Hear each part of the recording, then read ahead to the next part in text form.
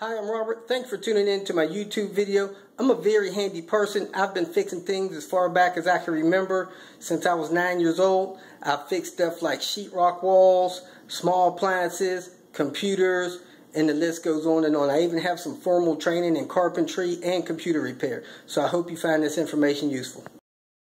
One of the few things that I do when I move into a new place, especially in the master bedroom, is replace the cheap shower head that they normally have on there. That's about a $10, $15 shower head. It sprays fine, but I have no use for it. So what you do, you go to a place like Home Depot or someplace like that. Find a shower head that you like. Has a few options on it. This one, it has that little knob there. You spin that around and it'll change it from pulsate or whatever. I unscrew that one and put on mine. Then when I move, I put that cheap one back on and take my nice one with me. Now, of course, the management of this apartment complex put this on tight with a wrench. It also had plumber's tape on there, and that's how they do things, because that's how things were done when they got trained or once upon a time. Well, if you look down in there, that thing has a gasket, kind of like your garden hose. So there's no reason to put any thread tape on there, because if you put thread tape on there, it'll normally stop this from screwing in and hitting that rubber gasket in there. That rubber gasket will hit the end of that and it'll seal it so that it won't leak. So I pulled the plumber's tape off of there and I'm going to screw mine on. Now I got my nice shower head started. I'm going to screw it on hand tight. Once it's hand tight, which is right there, I just tightened it down a little bit more. Actually, hand tight should be tight, and now the shower head is turning, but the lug is not turning on there. So now I'm going to check it for leaks.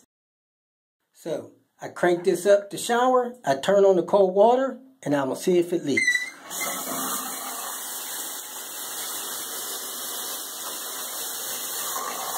Any water running down the back of it is leaking, so let me see if I feel it.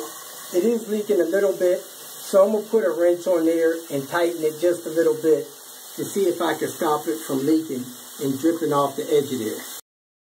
The most that I'm willing to turn that with a wrench is a quarter turn, and as long as it's not spraying back into the wall, you know, a little drip's not going to hurt anything. So I'm going to put my wrench on here. I'm going to turn it a little bit, see if I can get that leak to slow down or stop.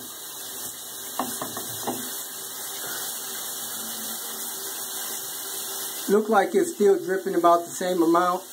I didn't even turn it an eighth of a turn, but that's all the tight I'm willing to do it. So here's my shower head.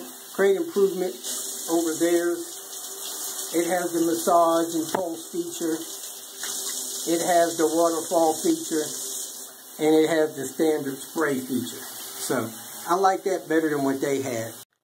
Now there's a good chance that that shower connection is leaking because this shower head's been moved. This is probably third, maybe fourth time.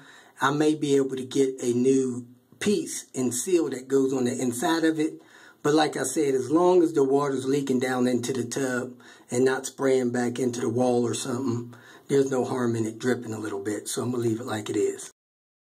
Thanks again for watching the video. I hope you found the information useful and it helped you solve whatever problem you're working on. If you did, please like it, share it with your social media friends, and please subscribe to my channel so that you get notification of future videos that I make. You can go to my website, robertspinner.com. You can also leave comments here and questions, and I'll answer them as soon as I can.